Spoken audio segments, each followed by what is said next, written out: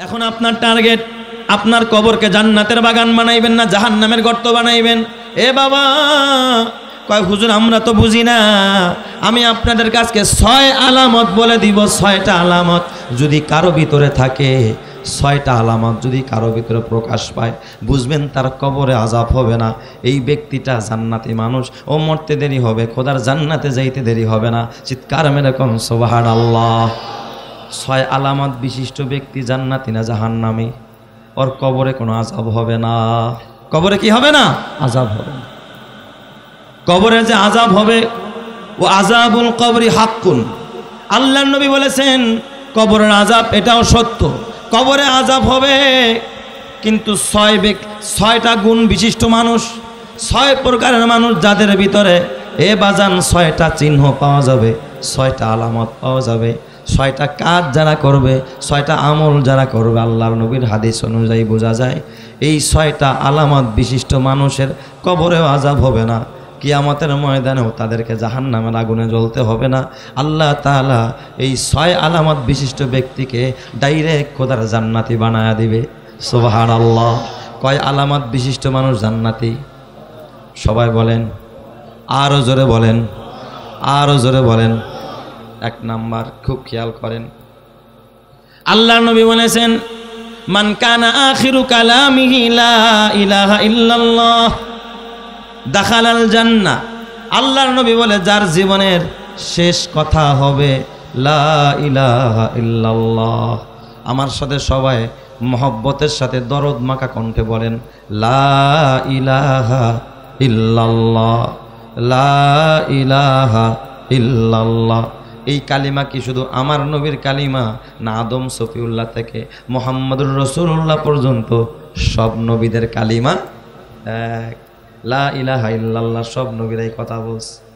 আদম সফিউল্লাহর কালিমাও লা ইলাহা ইল্লাল্লাহ, হযরতে শীশ নবিউল্লাহর কালিমাও লা ইলাহা ইল্লাল্লাহ, ইদ্রিস নাজিহুল্লাহর কালিমাও লা ইলাহা ইল্লাল্লাহ, ইউনুস নবিউল্লাহর কালিমাও হলো লা ইলাহা ইল্লাল্লাহ, নূহ নাজিহুল্লাহর কালিমা হলো লা ইলাহা ইল্লাল্লাহ, ইব্রাহিম খলিলুল্লাহর কালিমা হলো লা ইলাহা ইল্লাল্লাহ, ইসমাইল জবিহুল্লাহর কালিমাও লা ইলাহা ইল্লাল্লাহ, মুসা কালিমুল্লাহর কালিমাও লা ইলাহা ইল্লাল্লাহ, ঈসা রূহুল্লাহর কালিমাও লা ইলাহা ইল্লাল্লাহ, আমার নবী মুহাম্মদুর রাসূলুল্লাহর কালিমাও লা ইলাহা ইল্লাল্লাহ। কারো মরার আগের শেষ কথাটা যদি লা ইলাহা ইল্লাল্লাহ হয়ে যায়, ওই মানুষটাকে সরাসরি কবরও আযাব হবে না, তার কবরে জান্নাতের বিছানা হবে, ওই মানুষটাকে ডাইরেক্ট জান্নাতি বানাবেন যিনি, তিনি কে? তাহলে বলেন লা ইলাহা ইল্লাল্লাহর দাম কম না বেশি? আরো জোরে বলেন, কম না বেশি?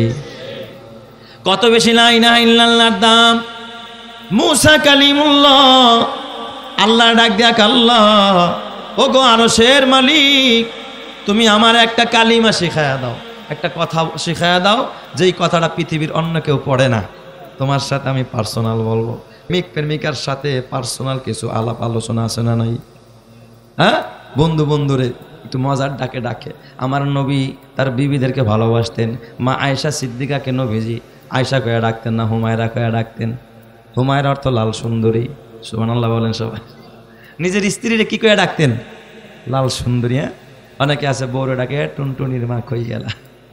এই যে মজার কথা। অনেকে আবার আরো কিছু কিছু শব্দ বলে। হ্যাঁ, কত যে কিছু বলে ভদ্র সমাজে বলা যায় না, কত কিছু করে ডাকে। হ্যাঁ, এটা ভালো ভালো জিনিস, বিবিরে মজা করে ডাকবেন, এতে মহব্বত বাড়বে, ঘরের মধ্যে আল্লাহ তাআলা সুখ শান্তি বেশি বেশি বরকত দান করে দিবে। সুবহানাল্লাহ। তো মুসা নবীকে আল্লাহ, আমি তো তোমার সাথে প্রেম করি, তোমার সাথে কথা বলি, সবাই যা কয় আমিও তা কই, আমার একটা পার্সোনালিটি আছে না আল্লাহ, আমি তোমার সাথে প্রেম করি, ভালোবাসা করি, তুমি আমার একটা শব্দ শেখায়া দাও, এই শব্দটা দিয়ে খালি আমি তোমারে সম্বোধন করব, এই শব্দ দিয়া জানি পৃথিবীর কেউ আর তোমারে না ডাকে, এমন একটা কথা আমারে তুমি শিখায়া দাও। সুবহানাল্লাহ জোরে কোন সবাই। আল্লাহ তাআলা মুসা নবীরে ডাক দিয়া কয়, ও পয়গম্বর মুসা, কুলু লা ইলাহা ইল্লাল্লাহ। মুসা তুমি এই কালিমা বেশি বেশি পড়ো। মুসা নবী এমনি তো রাগান্বিত, আল্লাহ এটা তো জাতীয় কালিমা, আমিও যেমন পড়ি, সব নবীরা তেমন পড়ে, সবাই পড়ে, আল্লাহ তুমি এই কথাটাই আমারে শিক্ষা দিলা। আল্লাহ তাআলা ডাক দেখো, মুসা তুমি জানো না এই লা ইলাহা ইল্লাল্লাহ যদি এক পাল্লায় উঠানো হয় মিজানের, আর 7 আসমান 7 জমিন এবং এত দুবাইয়ের মাঝে যা কিছু আছে সব যদি আরেক পাল্লায় দেওয়া হয়, এই লা ইলাহা ইল্লাল্লাহর পাল্লাটা ভারী হয়ে যাবে। চিৎকার মেরে করেন আল্লাহু আকবার, আরো জোরে বলেন আল্লাহু আকবার। তাহলে এই লা ইলাহা ইল্লাল্লাহ আপনি যতই চেষ্টা করেন সারাদিন খালি লাভের লাভ, লাভের লাভ, লাভের লাভ, সুদ আর সুদ, ঘুষ আর ঘুষ, মানুষ খুন আর খুন, অন্যায় আর অপরাধ করবেন, আর মরার সময় কালিমা বেরিয়ে যাব। কথা কয় না? হ্যাঁ, যার ভিতরে যা মরণকালেও কিন্তু তার জবান থেকে তাই বের হবে। আল্লাহর নবী এক হাদিসে বলে তামুতুনা কামা তাহইয়াউনা ওয়া তুহশারুনা কামা তামুতুন। থানবী রহমাতুল্লাহ আলাইহি এক ঘটনা লেখছে তার কিতাবে আল ইবকার মধ্যে। থানা ভবনে এক মুমূর্ষু রোগী, আপনাদের মনোযোগ আছে, কষ্ট হবে না তো? বলছি 6 আলামত পাইলে ওই লোকটা কি জান্নাতি, তার কবরে কি হবে না? আযাব হবে না, সে জান্নাতে চলে যাবে। আলহামদুলিল্লাহ বলেন সবাই। প্রথম প্রকারের আলোচনা চলতেছে। তো থানবী রহমাতুল্লাহ আলাইহি তার থানা ভবনে এক ঘটনা লেখছে আর কি। এক আল্লাহর বান্দা মুমূর্ষু রোগী, এমনি খবর টবর নাই, এখন ওই যে মুমূর্ষু রোগী বিছনায় পড়ে গেছে, এখন ওই ছেলেরা বিদেশ টিদেশ থাকে, আইসা কয় তাড়াতাড়ি বাবার তো অবস্থা ভালো না। তো ছেলেরা কাছে গিয়ে কয় বাবা কোন লা ইলাহা ইল্লাল্লাহ। তো বাবারা যতই কালিমা পড়তে কয় লা ইলাহা ইল্লাল্লাহ কয়, বাবাই তো মুখ দিয়ে লা ইলাহা ইল্লাল্লাহ পড়তে পারে না। কিন্তু বাবাই কালিমা কয় না, কিন্তু জবান দিয়ে একটা কথা কয়। কি কয় জানেননি? থানবী রহমাতুল্লাহ আলাইহি তার কিতাবে লেখে, বাবার জবান দিয়ে সে তো উর্দুভাষী মানুষ বলে, টিকিট কিতনি বিচি হায় আর কিতনি রহ গিয়া। আই টিকিট কয়টা বেচছো আর কয়টা বাকি আছে? টিকিট কয়টা বিক্রি হয়েছে আর কয়টা বাকি আছে? ছেলেরা কয় পড়েন লা ইলাহা ইল্লাল্লাহ, বাবাই কয় টিকিট কিতনি বিচি হায় আর কিতনি রহ গিয়া। টিকিট কয়টা বিক্রি হয়েছে আর কয়টা বাকি আছে? ছেলেরা কয় আয় সুবহানাল্লাহ, আমার বাপ নিজে মরতেছে, পাশাপাশি আমাকে মাইরা থুয়ে যাইতেছে। কারণ কয়দিন পর আমাকে শত্রু যারা হারাই কব দেখছি না তোর বাপ কি কইয়া মরছে, এই কথা কয়ে কি দিব? আমাকে খোটা দিব। আহারে বাবা মরতেছে তো মরতেছে, কয় তো কয় জোরে কয় আসতে কোক সমস্যা নাই, জোরে কয়কা শোনায় কয়কা, সেও মরতেছে আমাগো মারতেছে, মেরা থুয়ে যাইতেছে। বিপদে পড়ছে যায় বাজারের ইমাম সাহেব, হুজুর আসেন দোয়া কালিমা পড়েন, হুজুর খতম পড়েন, সবিনা খতম, এই খতম সেই খতম, সারা জিন্দিগি আমলের খবর নাই, এখন খতমের কোনো অভাব নাই। মোল্লা টোকাইতেছে, এখন ডাকতেছে সুস্থ অবস্থায় ডাকে না অসুস্থ অবস্থায় ডাকে। হুজুররা গিয়া খতম খতম পয়রা যতই বক্সায় কামায় না, কালিমা পড়ে না। হুজুররাও কয় পড়েন বাজান আপনি লা ইলাহা ইল্লাল্লাহ, এই কইতে পারে না, খালি জবান দিয়া কথা একটাই বের হয়, টিকিট কিতনি বিচি হায় আর কিতনি রহ গিয়া। হুজুররা আশ্চর্য হয়ে গেছে, আরে এমন মুমূর্ষু রোগী তো জীবনও দেখি নাই। ছেলেরা এখন ঘাবড়ায় গেছে, হুজুর কি করতে পারি? কয়টা কাম করেন, এই রোগের চিকিৎসা আমরা দিতে পারবো না, আমরা ছোট মানুষ। আপনি এই থানা ভবনের একজন বড় হুজুর আছে, থানবী আশরাফ আলী থানবী রহমাতুল্লাহ আলাইহি, এর কাছে যান, সে যদি আইসা একটু দোয়া করে মনে হয় আপনার বাবার এই রোগ সারতে পারে, এছাড়া এই রোগ সারানো সম্ভব না। ছেলেরা হাদিয়া তোহফা নিয়া একেবারে গোড়া নিয়া কার কাছে গেছে? থানবী রহমাতুল্লাহ আলাইহি এর কাছে গেছে। হাকিমুল উম্মত মুজাদ্দিদে মিল্লাত শাহ আশরাফ আলী থানবী রহমাতুল্লাহ আলাইহির কাছে গিয়া কাঁদতেছে, আল্লাহর ওলি গো, আমার বাবা মুমূর্ষু রোগী, আমার বাবা জবান দেয়া কালিমা পড়তে পারে না, আমার বাবা আজে বাজে কথা কয়। কয় কি কয়? আমার বাবার মুখের বলি একটাই, টিকিট কিতনি বেচি হয় আর কিতনি রহ গিয়া। টিকিট কয়টা বিক্রি করছো আর কয়টা বাকি আছে? থানবী রহমাতুল্লাহ আলাইহি তো বড় আলেম, যেমন এলেম আছে তেমন হিকমত, তিনি তো হাকিম, হাকিমুল উম্মত, এমনি এমনি হয় নাই। কয় ও বাবা আমার কাছে আসছো কেন? কয় হুজুর আপনি যাইবেন দোয়া করবেন আমার বাবা যেন কালিমা নিয়া কবরে যাইতে পারে, তার শেষ কথাটা যেন লা ইলাহা ইল্লাল্লাহ হয়, এই জন্য আপনারা নিতে চাই। হুজুর ডাক দিয়া বলে, বাবা শোনো, আমি আগে জানতে চাই তোমার বাবা কি কাজ করতো, তার পেশা কি ছিল, তার পেশাটা কি একটু বলো। কারণ দেখবেন মানুষ যার পেশা যা সারাদিন তার কল্পনায় থাকে তা, তাই না? আমার এক মুসল্লি একদিন এসে আমার কাছে, হুজুর একটা ঠান্ডা তাবিজ দেন। আমি কই এই মিয়া, আমি কি তাবিজের ব্যবসা করছি নাকি? ওয়াজ কইরা কুল পাই না আপনি আছেন ঠান্ডা তাপিসের লেগা। তো ঠান্ডা তাপিজ আবার কারে কয়, গরমই বা কি আর ঠান্ডাই বা কি, আমি তো কিগুলো বুঝি টুঝি না। কয় হুজুর আমার পোলাটার মাথা গরম, ওরে যেন মাথা ঠান্ডা হয়ে যায় একেবারে বরফের মতো, আপনি মনে একটা তাবিজ দিবেন, তাবিজ দিয়ে সব শেষ করে রাখবেন। আমি কি হয়েছে ভাই কন তো খুইলা কন। কয় পোলাটা ওই যে বিকল্প অটো গাড়ি 12 নম্বর থেকে মিরপুর থেকে মতিঝিলে গাড়িটা চলে, এই গাড়ির হেলপারি করে। কই যে সারাদিন রাস্তা করে ডাকে, এই মিরপুর ফার্ম গেট মতিঝিল ডাকতে থাকে। কয় রাত্রে যখন ঘুমায় এই ঘুমের মধ্যে খালি ফার্ম গেট আর মতিঝিল ডাকতেই থাকে। আর ফার্ম গেট আর মতিঝিলের জ্বালা আমরা ঘুমাইতে পারি। সারা রাত খাবে ফার্ম গেট মতিঝিল, ফার্ম গেট মতিঝিল। ওই সারাদিন যা কয় রাত্রে ঘুমায়াও যার ভিতরে যা বিপদের সময় বের হয়ও, কথা ঠিক না ভাই? ঠিক। তামুতুনা কামা তাহিয়াউনা ওয়া তুহশারুনা কামা তামুতুন। জীবন যেমনে কাটাইবা মরণ তোমার অমনি হবে, লেখা নাও। বাটপারি করে জীবন কাটাইবা মনে করছো অলি হইয়া কবরে যাইবা, সুদ খায়া জীবন কাটাইবা মনে করছো অলি হইয়া কবরে যাইবা, হতে পারে না। অলি হতে হলে দুনিয়াতেই ভালো হতে হবে, দুনিয়াতেই তোমাকে সুদ ছাড়তে হবে, ঘুষ ছাড়তে হবে, হারাম ছাড়তে হবে, মদ ছাড়তে হবে, জুয়া ছাড়তে হবে, আল্লাহর নাফরমানি ছাড়তে হবে, আল্লাহর গোলামি করতে হবে, আলেম ওলামার পথ ধরতে হবে, ইমামের পথ ধরতে হবে, মুত্তাকির পথ ধরতে হবে। তোমাকে আল্লাহ ডাইরেক্ট জান্নাতি বানায় দিবে। চিৎকার মেরে কোন সুবহানাল্লাহ। ঠিক না ভাই? ঠিক। থানবী কয় তোর বাপে কি কাম করতো এটা আগে কবেটা? কয় হুজুর আমার বাবা ব্যবসা করতো। কি করতো? ব্যবসা করতো, বিজনেস। কয় ইংরেজিতে? কয় বেটা ইংলিশ ফুড আজকা বাংলায় কয়। কয় হুজুর আমার বাবা ব্যবসা করতো। ব্যবসা? কয় কি ব্যবসা? কয় ফলের ব্যবসা। ভালো করে কয় না হুজুর জানি বুঝতে না পারে। কয় ফল কি? আঙ্গুর আর ওই আনার এইগুলো? কয় না হুজুর হলের ব্যবসা। কার বেটা হল কি আবার? কয় হুজুর ওই সিনেমা হলের ব্যবসা আর কি। তার মানে? কয় জি হুজুর আমাদের 3টা সিনেমার হল আছে। কয়টা সিনেমার হল? 3টা। কয় তোর বাবার ডিউটি কি ছিল? কয় আমার বাবা 3টা হলের জন্য 3জন টিকিটম্যান, 3জন ম্যানেজার রাখছে, ওরা খালি টিকিট কাটে। কয় তোর বাবার ডিউটি কি? কয় সন্ধ্যাবেলা আমার বাবার একটা গাড়ি ছিল, ওইটা নিয়ে বের হইতো, কালো একটা ব্যাগ নিয়ে। প্রথম সিনেমার হলে গিয়া ঢুইকা ওই ম্যানেজারে ডাক দিয়া বলতো টিকিট কিতনি বেচি হায় আর কিতনি রহ গিয়া। এই টিকিট কি পরিমাণ বিক্রি হয়েছে টাকা দিতে, আর কয়টা আছে বাকি দেখ হিসাব দেয়। আমার বাবা ওই বস্তার মধ্যে টাকা দিয়ে নিত, দৌড়ে যাইতো আরেকটায়, ওইটায় গিয়া একই কথা বলতো টিকিট কিতনি বেচি হায় আর কিতনি রহ গিয়া। এই টিকিট কি পরিমাণ বিক্রি হয়েছে হিসাব দে, টাকা দে, আর কয়টা বাকি আছে বেচতে থাক। এইভাবে করে 3টা সিনেমার হলের টাকা জমা করে আমাদের বাড়িতে একটা সিন্দুক ছিল, ওটার মধ্যে ঢুকাইয়া আমার বাবাই নাকে তেল দিয়ে ঘুমাইতো। আমার বাবার জিন্দিগি কাটছে এইভাবে। থানবী রহমাতুল্লাহ আলাইহি চোখের পানি পালাইয়া থানবী রহমাতুল্লাহ ডাক দিয়া বলে বাবা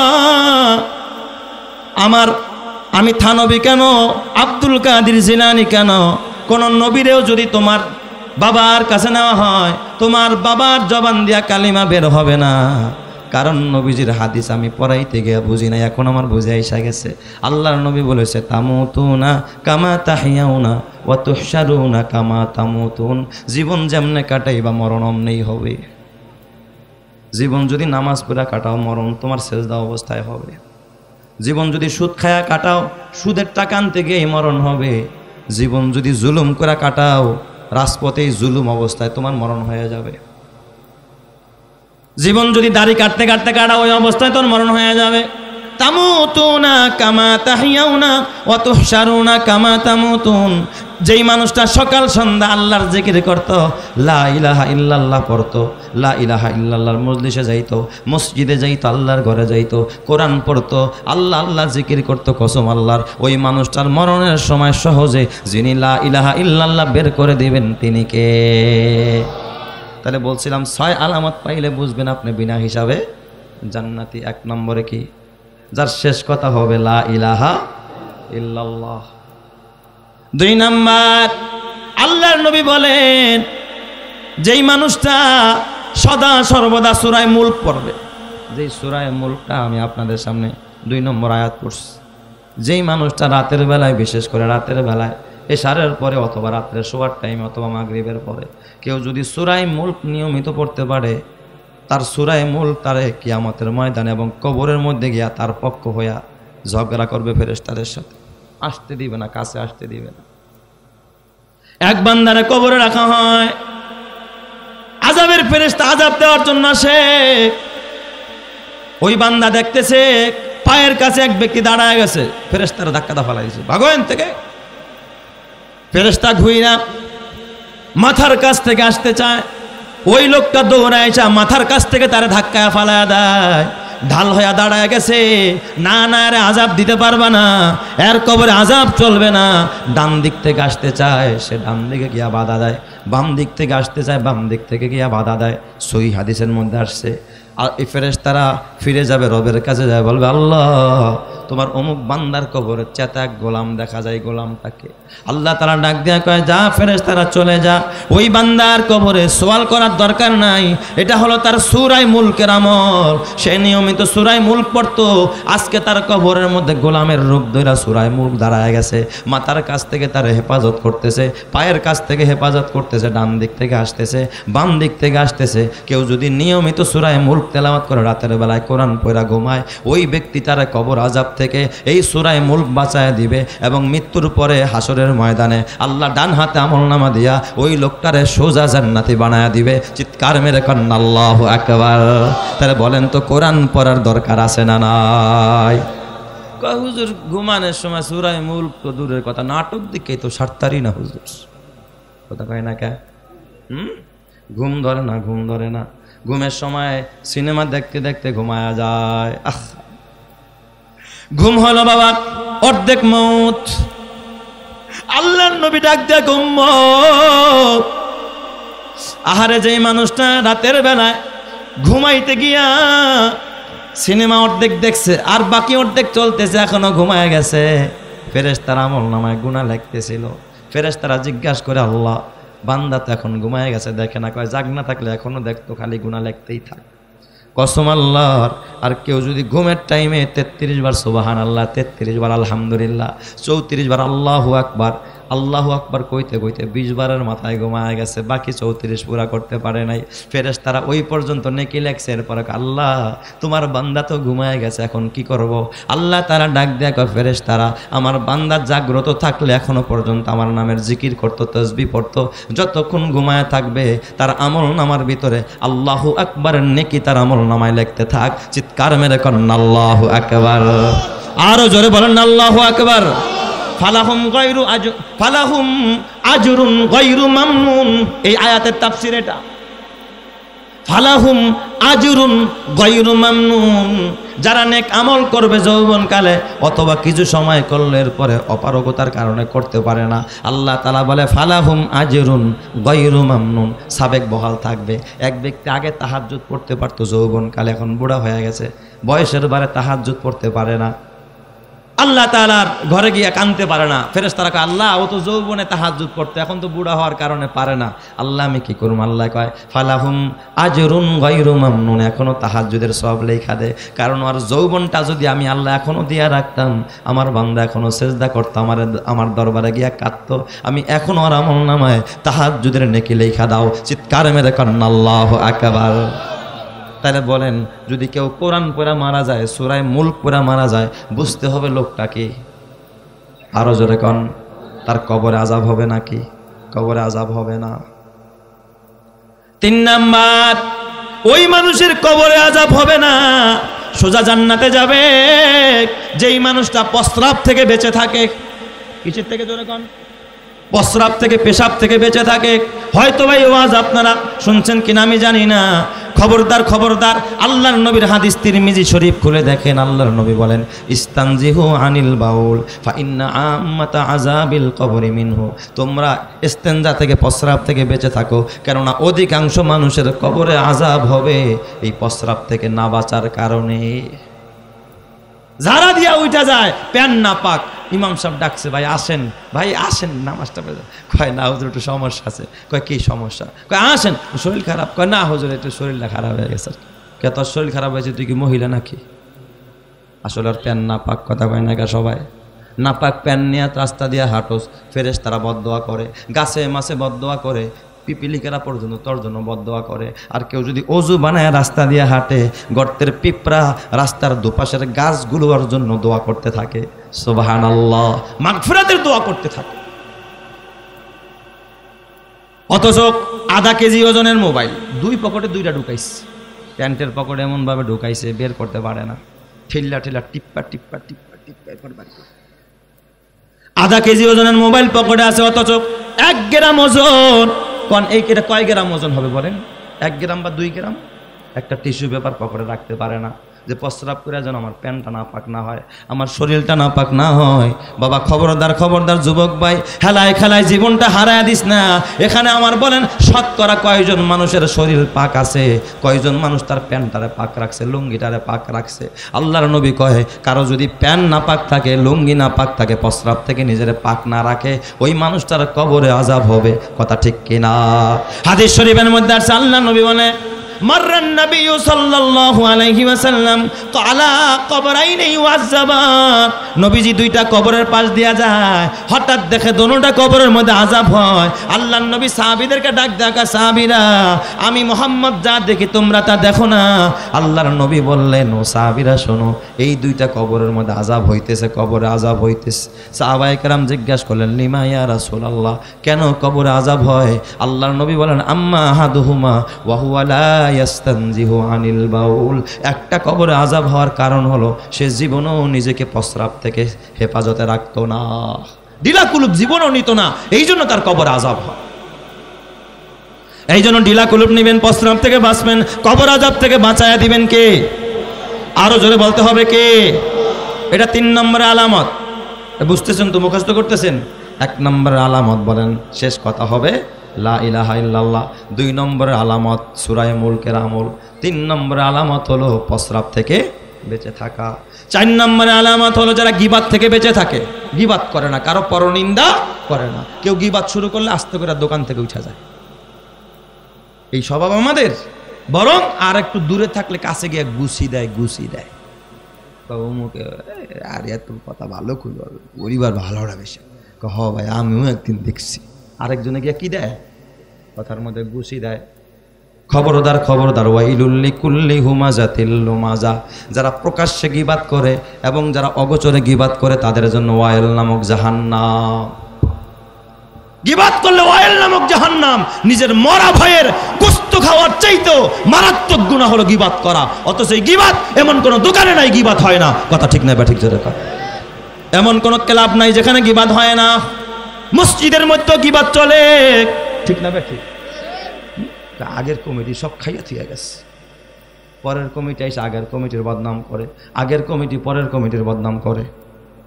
কথা কয় না? বেজার হয় না? খালি আপনাদের কথা বলি না, আমি সারা বাংলাদেশের কথা বলি।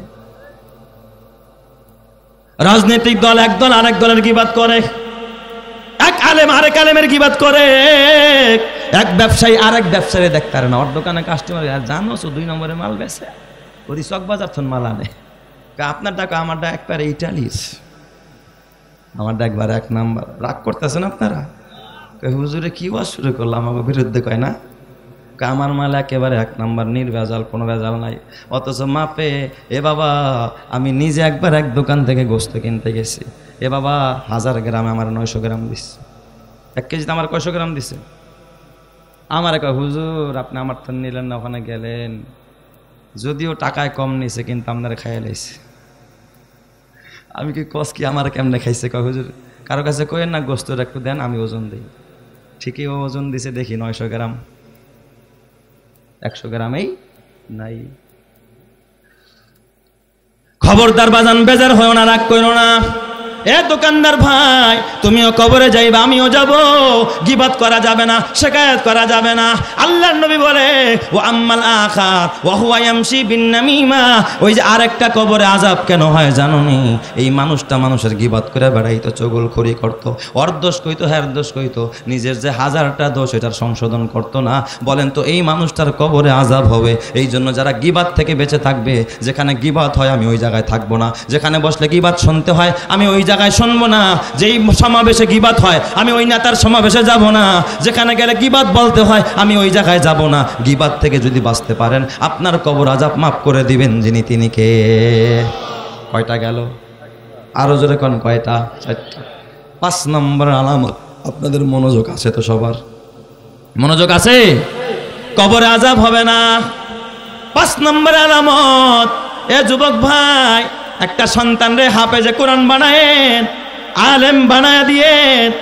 এ বাবা, হাফেজে কোরআনের কবরেও আযাব হবে না। আহলে হক হাফেজ যদি হয়, হক্কানি এবং রব্বানি হাফেজ যদি হয়, আলেম যদি হয়, তার কবরে আযাব হবে না।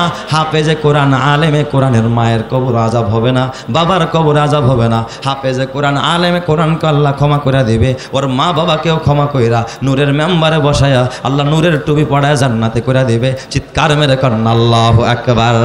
তাহলে যদি আপনি কবরের আযাব থেকে বাঁচতে চান, তাহলে সন্তানকে আল্লাহর রাস্তায় দেওয়ার দরকার আছে না নাই? কথা কয় না কেন? হাদিস শরীফের মধ্যে আছে, আল্লাহর নবী বলে, কোন সন্তান যদি বাবার মৃত্যুর আগে পাশে বইসা সূরা ইয়াসিন পড়ে, এমন কোন ভ্যাকসিন কোন সরকার আবিষ্কার করতে পারে নাই যেই ভ্যাকসিন দিলে মরণের যন্ত্রণা হবে না। অথচ আল্লাহর কোরআন বলে, ওয়াজাআত সাকরাতুল মাউতি বিল হক যালিকা মা কুনতা মিনহু তাহিদ।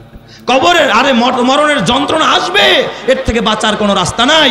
দুনিয়ার সিজার থেকেও ব্যথা থেকে বাঁচতে অ্যানেস্থেসিয়া দেওয়া হয়, ব্যথানাশক ইঞ্জেকশন বের হয়েছে, করোনার থেকেও ভ্যাকসিন বের হয়েছে। মৃত্যুর যন্ত্রণা থেকে বাঁচার জন্য ভ্যাকসিন আমেরিকা, রাশিয়া, যত বড় বিজ্ঞানী বলেন, চিকিৎসা বিজ্ঞানী বলেন, কারো বাবা আবিষ্কার করতে পারে না। এই কথা ঠিক না ব্যাঠিক জোরে কান? তারপরে মরণের যন্ত্রণা থেকে বাঁচার জন্য ভ্যাকসিন আল্লাহ কোরআনে দিয়া দিছে। সুবহানাল্লাহ। কেউ যদি সূরা ইয়াসিন পড়ে মৃত্যুকালে, মৃত্যুর সময় যদি সন্তান বৈশা সূরা ইয়াসিন পড়ে, বাবার কবর মৃত্যুর যন্ত্রণা থেকে বাবাকে আল্লাহ তাআলা বাঁচায়া দিবে। চিৎকার মেরে করেন আল্লাহু আকবার। তাহলে কারো ঘরে যদি হাফেজ সন্তান থাকে, আলেম সন্তান থাকে, অথবা নিজে হাফেজ হয়, নিজে আলেম হয়, ওই সন্তান এবং ওই মা বাবার কবর আযাবকে মাফ করে জান্নাতি করবেন যিনি, তিনি কে? কয়টা গেল? 5টা। 6 নাম্বার, এ যুবক ভাই, ও আমার বুড়া বাবা, 6 নাম্বার আরেকটা আলামত হলো, যদি দেখেন মৃত্যুর সময়, এ বাবা, কারো মৃত্যু যদি জুমার রাতে হয় অথবা জুমার দিনে হয়, জুমার দিন ওই মানুষটার মরণ হয়ে গেছে, আল্লাহর নাফরমানি করে না, জীবনও আল্লাহর অবাধ্য হয় না, কিন্তু তার মরণটা হয়েছে কোন দিনে? জুমার দিনে। তাহলে বুঝবেন, হ্যাঁ, খালি জুমার দিনে মরলেই কিন্তু আবার জান্নাতি না।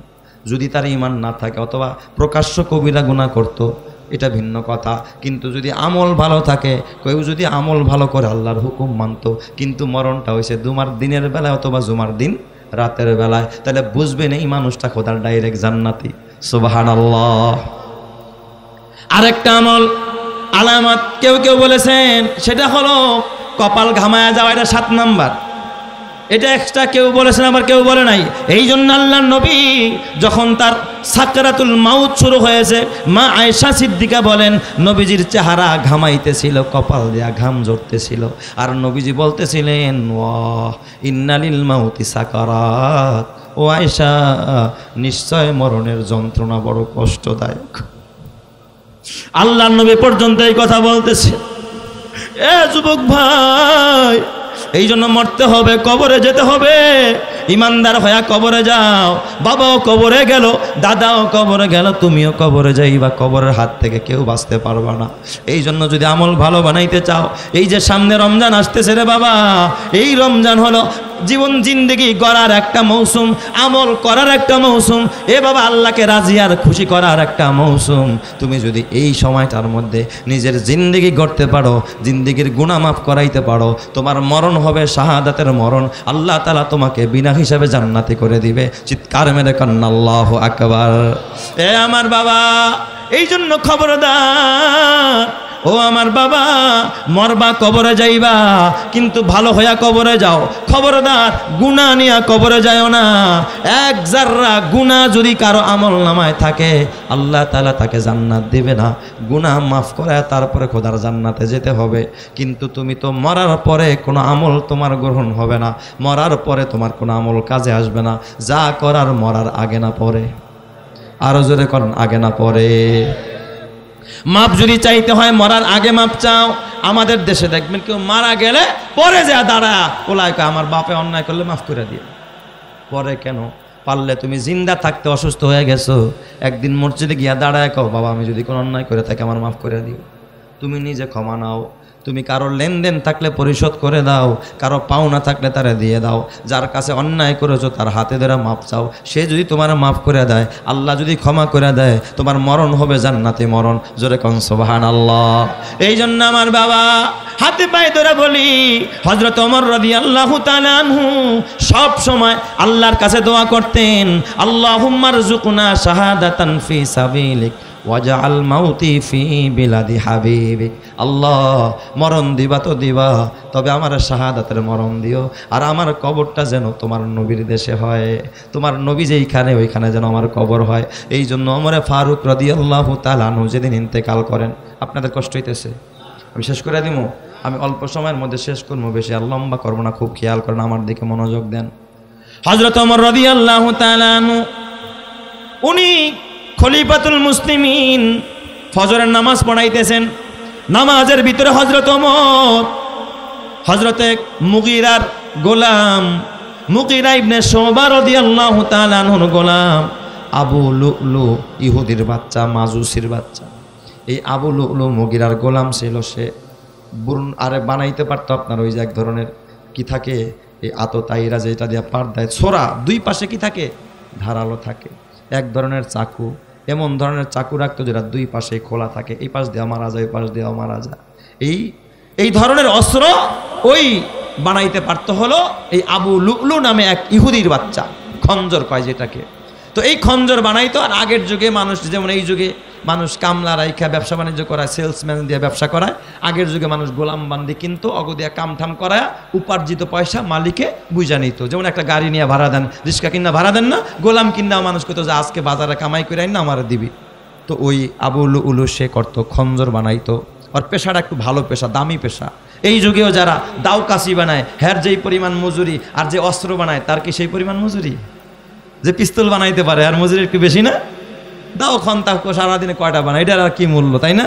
যে অস্ত্র বানাইতে জানে ওর দামটা একটু কি বেশি। তো ওই সময়ের সবচাইতে দামি অস্ত্রের নাম ছিল কি? খঞ্জর। এই খঞ্জর বানাইতে পারতো আবু লুলু। তো মুগীরা ইবনে শুবার গোলাম, তার কাছ থেকে সে ডেলি 4 টাকা 4 দিরহাম চার্জ করতো, যে সারাদিন কাজ করে তুই যা পারস নিবি, উপরাটা নিবি, আমারে কত দিবি? 4 দিরহাম দিবি। আর স্বাভাবিকভাবে একজন গোলাম 1 দিরহাম 2 দিরহাম দিত, এত টাকা কেউ দিত না। কিন্তু আর ইনকাম বেশি, ও তো কাজ ভালো জানে, দামি গোলাম। এই বলেন আপনি একটা ভ্যান কিনা যেই পরিমাণ ভাড়া নেবেন, প্রাইভেট গাড়ির থেকে কি সেই পরিমাণ ভাড়া নেবেন নি? প্রাইভেট ভাড়া দিলে তার বডি ভাড়া বেশি না?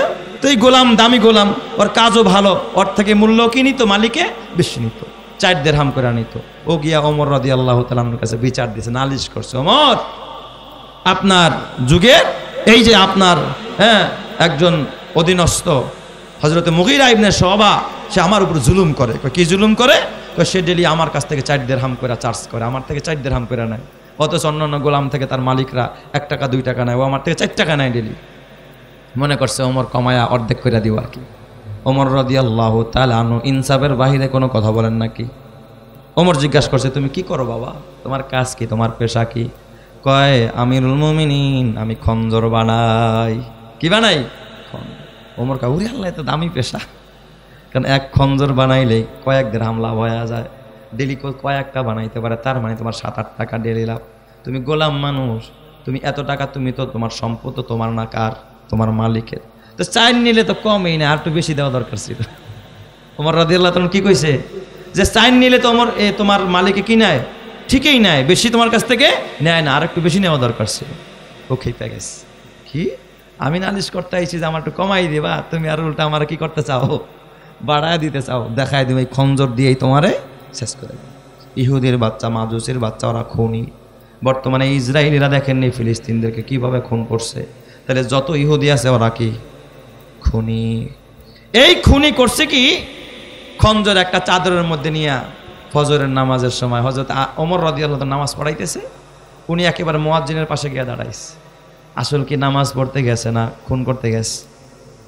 চাদর একটা গায়ে দিয়া বুরনুসের ভিতরেই খঞ্জরটা ঢোকায়া তারপর ওইটা নিয়ে মসজিদের মধ্যে ঢুকছে। হযরত ওমর সূরা ফাতিহা পড়া অন্য একটা সূরা যখন পড়া আরম্ভ করেছে, ওই অবস্থায় ওই বুরনুসের ভিতর থেকে, চাদরের ভিতর থেকে খঞ্জরটা বের কইরা হযরত ওমর রাদিয়াল্লাহু তাআলা আনহুর নাভির নিচে প্রথম আঘাতটা করছে খঞ্জর দিয়া। পরপর একটা নাভির নিচে, আরেকটা এই পাজরে, আরেকটা এই পাজরে, একেবারে পাজরটা ছিঁড়ে ফেলেছে। নাভির এই পাশ দিয়ে ঢুকছে, পিছন দিয়ে বের হয়ে গেছে। কিছু খাইলে ওই ছিদ্র দিয়ে বের হয়ে যায়। হযরত ওমর আর দাঁড়ায় থাকতে পারে না, কোরআন পড়তে পারে না। হযরত ওমর পিছন থেকে একজন মুসল্লিকে টান দিয়া ইমামতির মুসল্লায় দাঁড় করায়া, আগেই কিন্তু হত্যাকারীরা ধরে নাই, আগে একজন মুসল্লি নামাজ যেন নষ্ট না হয়, পিছন থেকে মুয়াজ্জিনকে টান দিয়া সামনে দিয়ে দিছে, ইমাম বানায়া দিছে। এরপরে কয় কতালানি আল কালবু, এক কুকুর আমাকে মেরে ফেলেছে। হযরত ওমর ওই জায়গার মধ্যে গড়ায় পড়েছে। এই দিক দিয়া ওই আততায়ী, ওই ইহুদির বাচ্চা আবু লুকলুক, সে এই দিক দিয়ে এইভাবে করে খঞ্জরটার দুই পাশেই তো ধার, এইভাবে করে আর মুসল্লিকে মাঝখান দিয়ে বের হয়। একে একে 13 জন মানুষকে আহত করেছে, 7 জন মানুষ জায়গার মধ্যে শহীদ হয়ে গেছে। এইভাবে করে মারতেছে, কেউ নামাজ ছাড়ে না ওরা ধরার জন্য, নামাজ ছাড়া যাবে না, নামাজ ছাড়তেছে না, এইভাবে অস্ত্র দিয়া 13 জন মানুষকে আহত করছে, তার মধ্যে 7 জন জায়গায় মারা গেছে। নামাজ শেষ করলেন সূরা আসর আর কাউসার দিয়া। নামাজ শেষে সবাই হাকিম ডাকলো, দেশের রাষ্ট্রীয় কবিরাজ, রাষ্ট্রীয় হাকিম ডাকছে। হাকিম আইসা পরীক্ষা কইরা মুখের মধ্যে দেখে কোনো হুঁশ নাই। দুধ দিছে, হযরত ওমরের মুখ দিয়া দুধ দিছে, ওমরের ওই ভুঁড়ি দিয়া ছিদ্র দিয়া দুধ বের হয়ে যায়। হাকিম ডাক দিয়া বলে সম্ভব না, পেটে কিছু থাকতেছে না, ভুঁড়ি ফুটা হয়ে গেছে, ওমরকে বাঁচানো সম্ভব না। তোমরা একটা কাজ করো, পরবর্তী আমির কে হবে, খলিফা কে হবে, তিনি বেঁচে থাকতে থাকতে এটা তার মুখ থেকে তোমরা শুনে নাও, নয়তো বাবার আমির বানানো একটা ঝামেলা হয়ে যেতে পারে। এই দিক দিয়ে হযরত ওমর কিছুক্ষণ পর আল্লাহর কি মর্জি একটু হুঁশ ফিরছে। হযরত ওমর রাদিয়াল্লাহু তাআলা আনহু তিনি দেখলেন তার ধইরা একটা খাটের উপরে শোয়ানো হয়েছে। হঠাৎ ইশারা কইরা হযরত ওমর হুঁশ আসার পরে বলে নাই আমারে মারছে, আমারে ছিড়ছে, আমারে ফাড়ছে, ধর ওরে কুকুরটারে ধর, এই কথা বলে নাই। ওমর রাদিয়াল্লাহু তাআলা আনহু হুঁশ আসার পরে সর্বপ্রথম বলেছে আসল্লান নাস, আরে আমার জিম্মায় যে ফজরের নামাজটা ছিল, মানুষেরা কি সে নামাজটা আদায় করছে কিনা, এই ফজরের নামাজটা আদায় হয়েছে কিনা ঠিক মতো, এটা আগে আমাকে বলো। সবাই বলেন জি আমিরুল মুমিনিন, নামাজ আদায় হয়েছে। হযরত ওমর এবার তার ছেলে আব্দুল্লাহ ইবনে ওমর পাশে দাঁড়ানো, ছেলে কাঁদতেছে, ডাক দিয়া কয় বাবা আব্দুল্লাহ, আমি ওমরকে খাটে না, আমি ওমরকে ফ্লোরের মধ্যে নামায়া দাও। তখন ফ্লোরও কিন্তু পাকা ছিল না, মাটির ফ্লোর, সেজদা দিলে কপালে মাটি লেগে যাইতো। আমারে নিচে নামায়া দাও, নিচে নামায়া দিছে।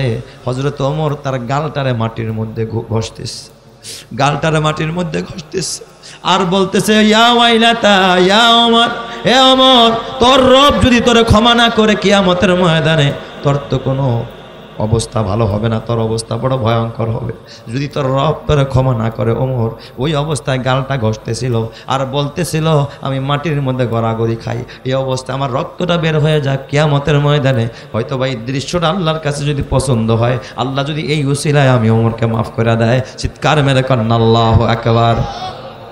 হযরত ওমর পরবর্তী খলিফা কে হবে এ নিয়ে টেনশন নাই। ছেলেরা ডাক দিয়া কয় বাজার, এ আব্দুল্লাহ দিকায় বাবা, তাড়াতাড়ি যা উম্মাহাতুল মুমিনিন আয়েশার কাছে যা, আয়েশারে গিয়া জিজ্ঞাসা করবি আমার নবী যেই কবরে ঘুমায়, আমার নবীর ওইখানে 5টা কবর আছে, একটা কবর আমার নবী ঘুমায়, তার ডান পাশে আবু বকর ঘুমায়, আর একটা কবর তো হযরত ঈসা পয়গম্বরের জন্য রাখা আছে, মোট 4টা কবর, একটা ঈসা পয়গম্বরের জন্য, আরেকটা আমার নবী ঘুমায়, আরেকটা আবু বকর ঘুমায়, আরেকটা কবরের জায়গা খালি আছে, একটা তো ঈসা নবীর জন্য খালি, আরেকটা জায়গা খালি রাখছে।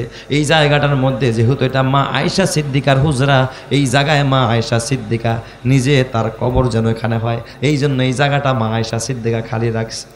আমি ওমরের কবরের জায়গাটা কোথায় হবে তাড়াতাড়ি যা, আম্মা জান আয়েশারে ডাক দিয়ে বলবি আমি ওমরের জন্য, মা আয়েশা যদি ওই জায়গাটা আমি ওমরে দিয়ে দেয়, আমি ওমর আমার নবীজির পাশে ঘুমাইতে চাই, নবীজির কদমের কাছে ঘুমাইতে চাই, আমি যেন কিয়ামতের ময়দানে আমার নবীর কদমের পাশে দাঁড়ায় আমি উঠতে পারি। এ আমার যুবক ভাই ও আমার বুড়া বাবা হযরত আব্দুল্লাহ ইবনে ওমর মা আয়েশা সিদ্দিকাকে ডাক দিয়া বলেন ও আম্মা জান, আমার বাবা মুমূর্ষু রোগী, আমার বাবা জিজ্ঞাসা করেছে নবীজির পাশে এই জায়গাটা জায়গাটা আপনি কি আমার বাবাকে দান করবেন কিনা? মা আয়েশা ডাক দেয়া বললেন, তোমার বাবার যে অবদান ইসলামের জন্য, দ্বীনের জন্য, আমি আয়েশা এই জায়গাটায় আমি শুইতে চাইছিলাম, আমার এই জায়গাটা আমি তোমার বাবার জন্য দান করে দিলাম, আমার কবরটা যেন জান্নাতুল বাকির মধ্যে হয়। চিৎকার মেরে কন্যা আল্লাহু আকবার। আমার বাবা, তোমার কবর কোথায় হবে তুমি জানো না, শিয়াল কুকুরের লাশ উঠায়া কামড়া কামড়ি করবে কিনা তাও জানা নাই। যদি একটা সুন্দর গোরস্থানে তোমার কবর হয়, ওই জায়গায় যদি একজন আল্লাহর ওলির দাফন হয়, কোনো আল্লাহওয়ালা যদি তার বাবার কবর থাকার কারণে, ইমাম সাহেবের আত্মীয় থাকার কারণে ইমাম সাহেব যদি ওইখানে গিয়ে হাত তুলে আশেপাশের কবরবাসীর জন্য দোয়া করবে, আল্লাহ সবাইরে মাফ করে দাও, এই উসিলায় সকলের কবর আযাব মাফ হয়ে যাবে। এই জন্য আমি বলি, পারিবারিক কবরস্থান বানাইবা না, একা একা দাফন করবা না, কেউ যাবে না দোয়া করার জন্য।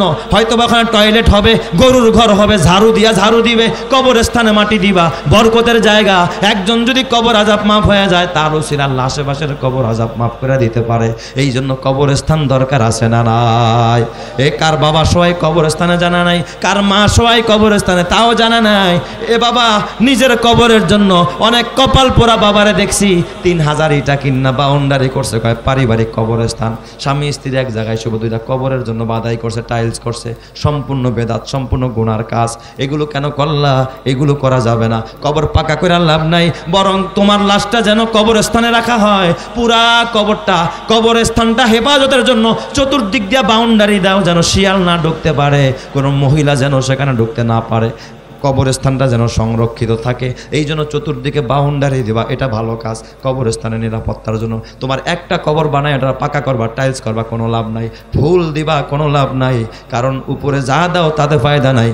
যদি আমল ভালো হয়, কবর জান্নাতের বাগান হবে। কথা ঠিক কিনা?